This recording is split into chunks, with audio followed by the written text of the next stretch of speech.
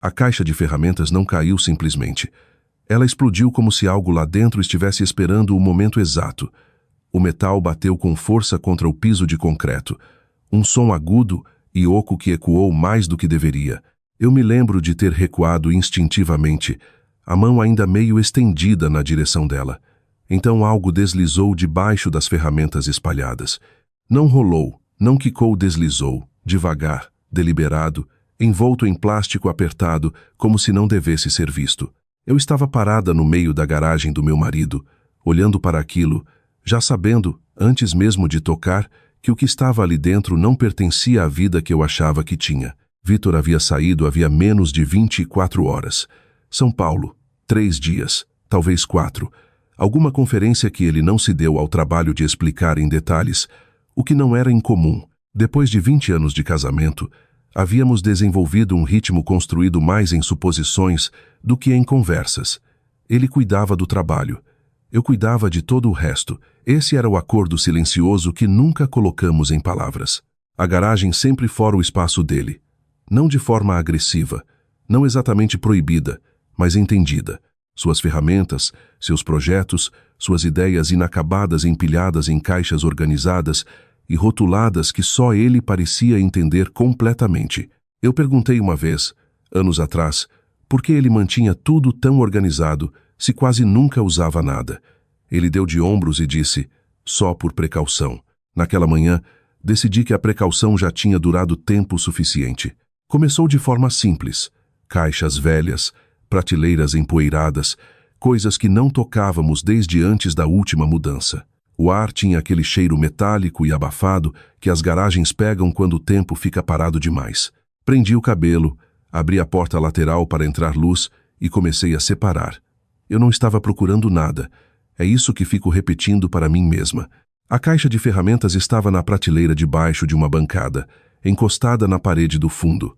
Metal escuro, arranhado nas bordas, mais pesada do que parecia. Eu a reconhecia vagamente, mas não de uma forma que significasse algo. Vitor tinha ferramentas desde antes de me conhecer. Não era incomum. O incomum era o cadeado. Não uma simples trava, mas um pequeno cadeado deliberado passado pelo puxador. Eu me lembro de ter parado, uma mão descansando no metal frio, só olhando. Não era medo, ainda não. Só uma fricção. Algo na minha mente prendendo em um detalhe que não se encaixava. Vitor não trancava coisas dentro de casa. Não de mim. Eu disse a mim mesma que era velho. Algo que ele tinha esquecido. Talvez estivesse assim havia anos e eu simplesmente nunca tivesse notado. Essa explicação era fácil de aceitar até não ser mais. A chave não estava por perto, nem na bancada, nem nas gavetas. Eu procurei mesmo assim, agora mais devagar, mais consciente do que estava fazendo. Nada. Eu poderia ter parado ali, fechado a garagem, voltado para dentro, deixado aquilo onde estava por sabe-se lá quanto tempo. Mas algo naquele cadeado fazia com que parar parecesse uma decisão em si. E eu não estava pronta para tomar esse tipo de decisão por causa de uma caixa de ferramentas. Então não parei. Havia um martelo na bancada, velho, sólido, o cabo gasto pelo uso de anos. Eu o peguei sem pensar muito. Essa é a parte que me marca agora, como pareceu ordinário. Sem hesitação, sem pausa dramática, só uma ação simples, seguindo um pensamento simples. O cadeado cedeu mais rápido do que eu esperava. Um golpe, depois outro. O metal se partiu com um estalo surdo que pareceu mais alto do que deveria no silêncio da garagem. Eu me lembro de prender a respiração enquanto puxava a trava. Depois levantei a tampa e então minha pegada escorregou. A caixa de ferramentas tombou para a frente, saindo das minhas mãos, pesada demais, desequilibrada agora que o cadeado havia sumido. Ela bateu no chão com força, a tampa se abrindo ao cair. Ferramentas se espalharam pelo concreto, rolando e tilintando em direções diferentes. E por baixo delas, aquele som, plástico seco contra metal, algo deslizando do compartimento de baixo. No começo, achei que fosse só embalagem, material velho enfiado ali para amortecer. Mas não parecia. Estava apertado demais, deliberado demais.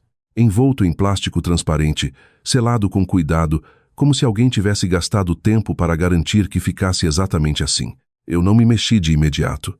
Fiquei parado olhando para baixo, a mente ainda tentando colocar aquilo em algum lugar normal, explicável. A garagem de repente pareceu menor, mais quieta, como se o ar tivesse mudado o suficiente para eu sentir na pele.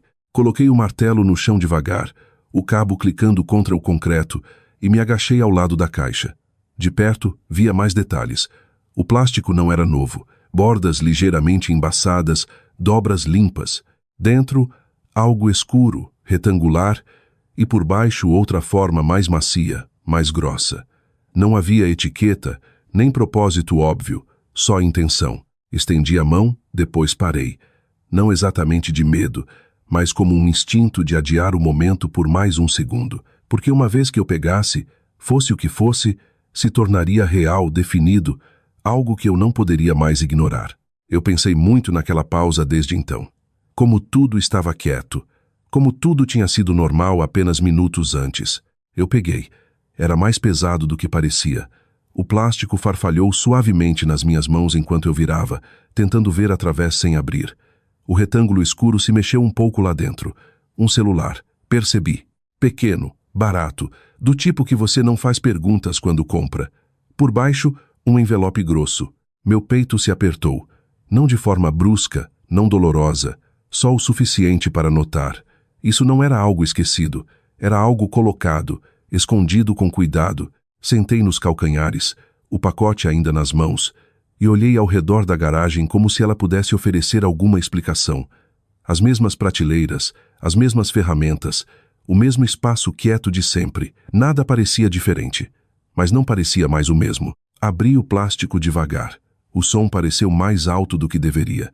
Dentro, exatamente o que eu imaginava.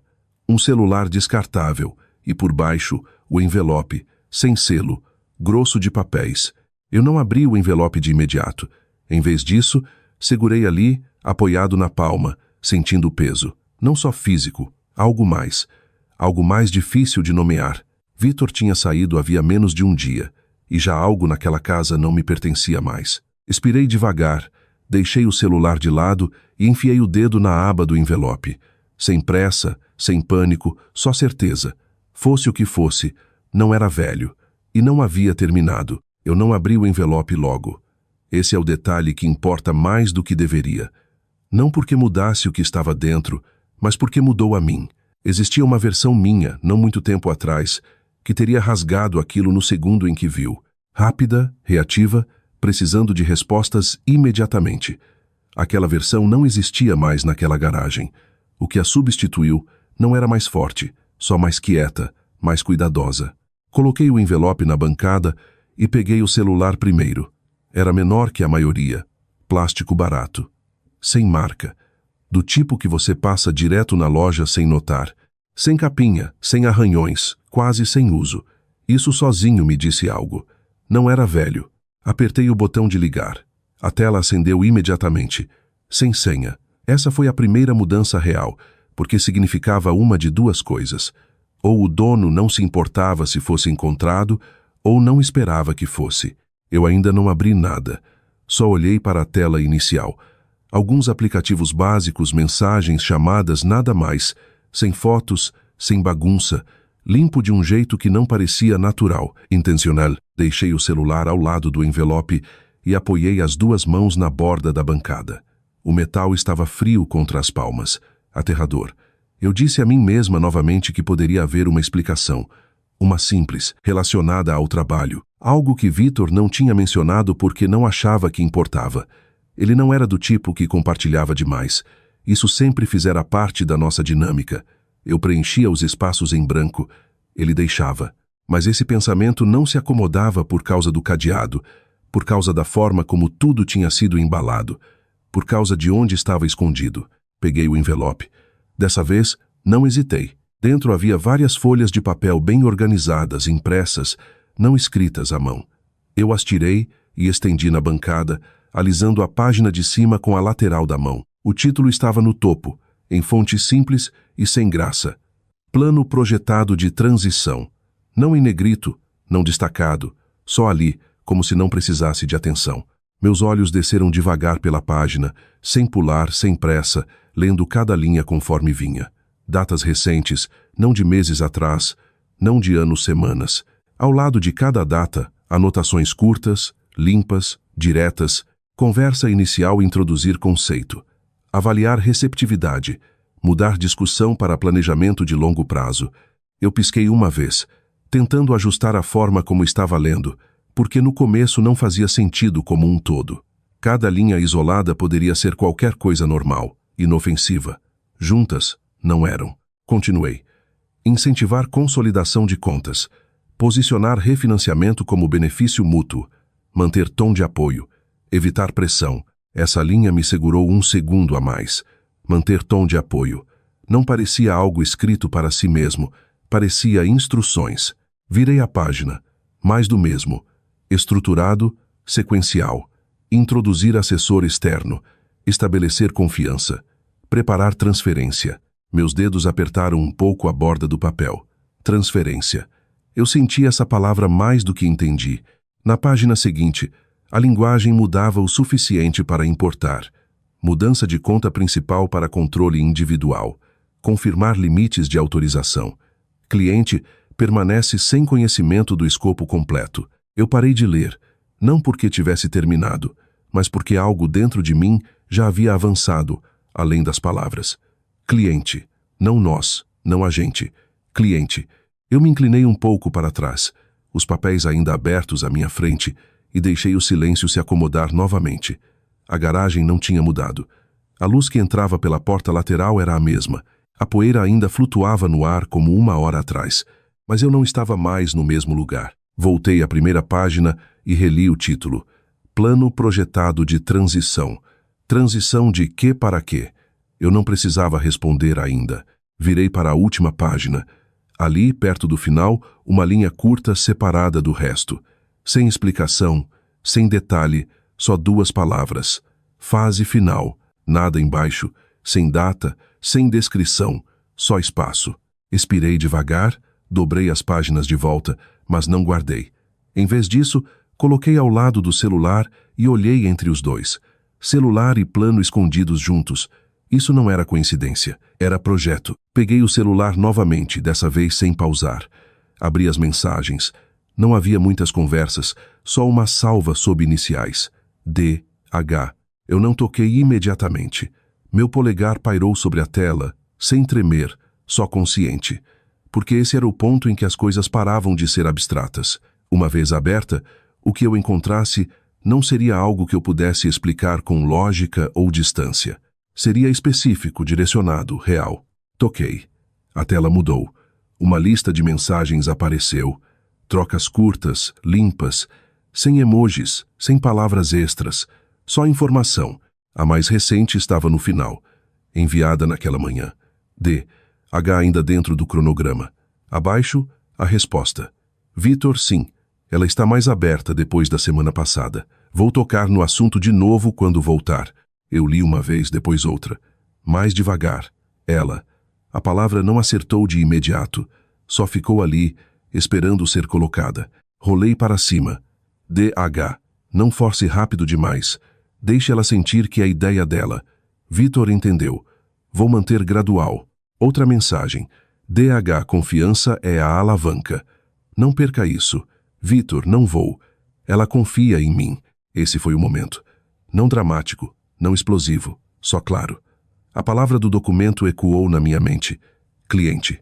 Eu me inclinei um pouco para trás, o celular ainda na mão, e olhei para a tela sem ler mais porque não precisava.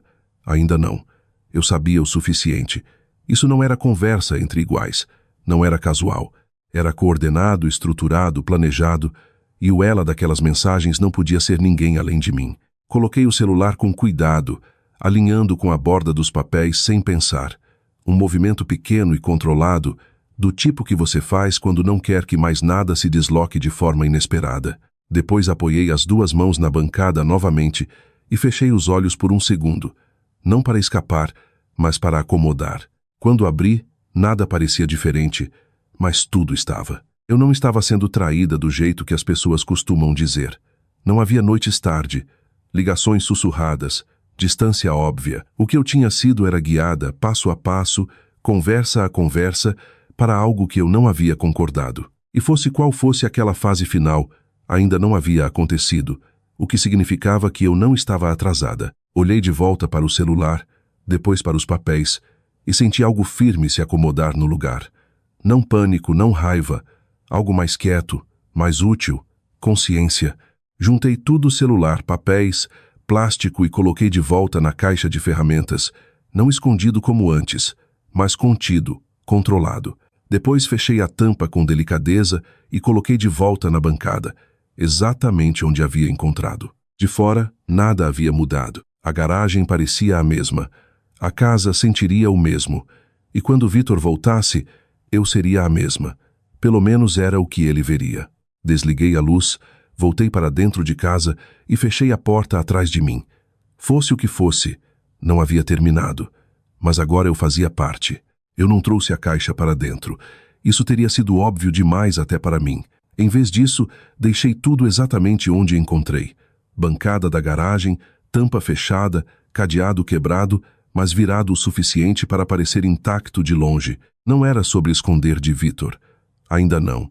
Era sobre não correr para uma versão dos fatos que eu ainda não compreendia completamente. Lavei as mãos na pia da cozinha, vendo a água correr sobre os dedos, como se pudesse levar embora a sensação.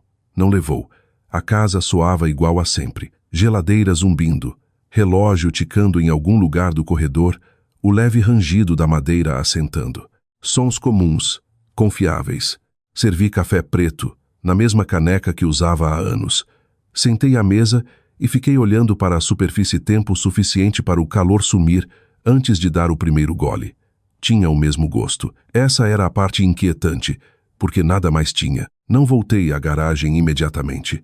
Dei um tempo, talvez 1 hora, talvez menos, o suficiente para a borda inicial se acalmar e meus pensamentos se alinharem de forma útil. Quando voltei, me movi mais devagar, não cautelosa, mas intencional.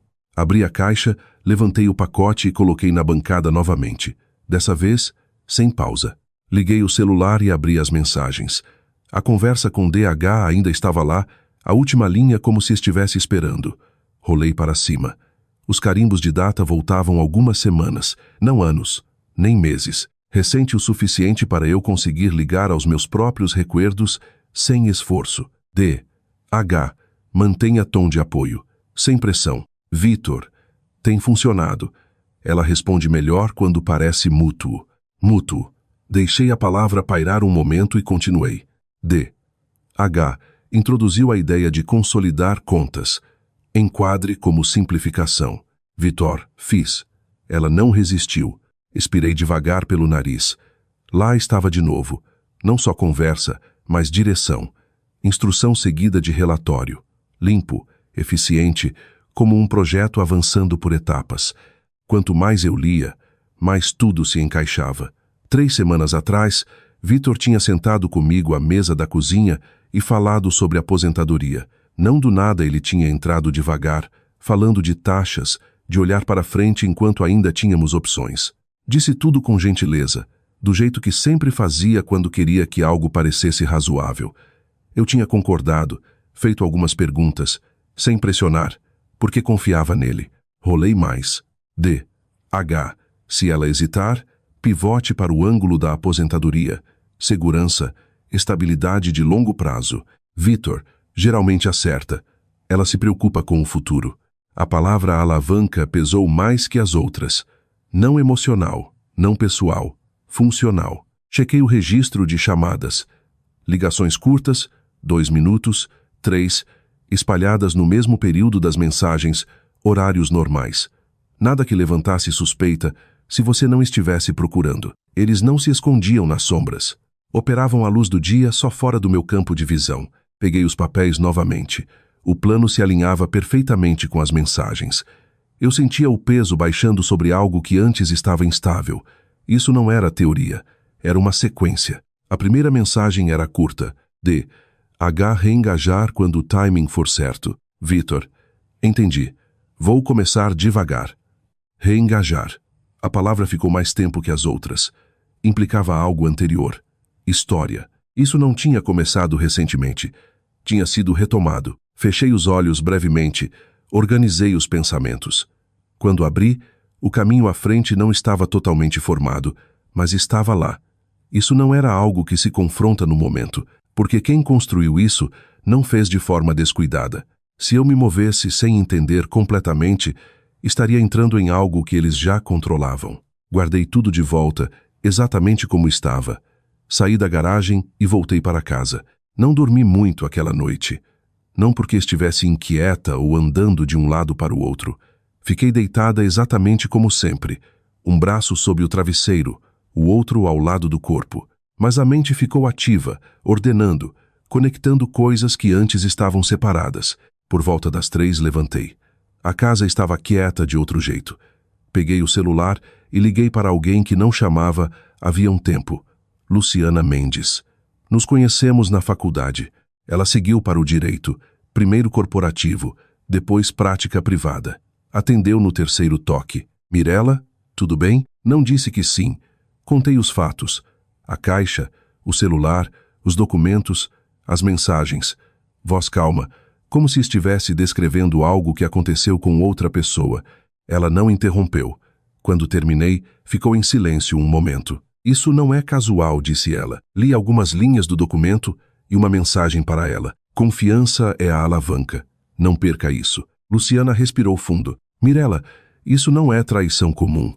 Isso é planejamento financeiro, estratégico, passo a passo. Eu estou no meio disso, falei. Sim. Por enquanto, não faça nada visível. Não confronte, não mude o comportamento, não deixe ele perceber que você viu. Reúna, documente. Se aparecer qualquer mudança de conta ou papelada, eu preciso ver. E descubra quem é D.H. Na manhã seguinte, comecei pequeno. Não procurei confronto. Procurei padrões. Armário de arquivos, extratos, documentos de refinanciamento à pasta havia sumido. Pequenas transferências que não batiam com o padrão habitual. À tarde digitei D.H. consultor financeiro. Encontrei Diego Hargreaves, consultor independente, baseado em São Paulo. Foto de homem na casa dos 50, bem apresentado, especializado em reestruturação de portfólios durante fases de transição. Vitor ligou na noite antes de voltar. Conversa normal. Eu respondi como sempre. Quando ele mencionou que devíamos falar sobre o refinanciamento, eu disse que sim. No dia seguinte, quando o carro dele entrou na garagem, eu estava secando um copo na cozinha. Mirela chamou ele. Aqui. Ele me deu um beijo rápido no rosto. Jantamos, conversamos sobre coisas leves. Depois, na sala, ele trouxe o assunto. Falei com um consultor em São Paulo. Diego Hargreaves. Ele é bom nisso. Dá mais flexibilidade para o futuro. Eu respondi calmamente. Na segunda-feira fomos ao banco. Diego já estava na sala de reunião. Cumprimentou nós dois. Começou a falar de números, opções, estruturas. Vitor reforçava os pontos.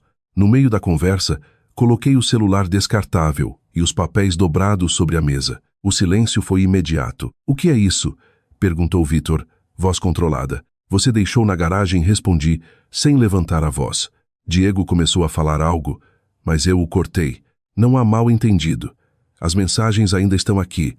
O cronograma bate. Vitor se recostou. Reconhecimento, não surpresa. Luciana entrou na sala naquele momento. Esta reunião acabou, disse ela com calma. Diego saiu.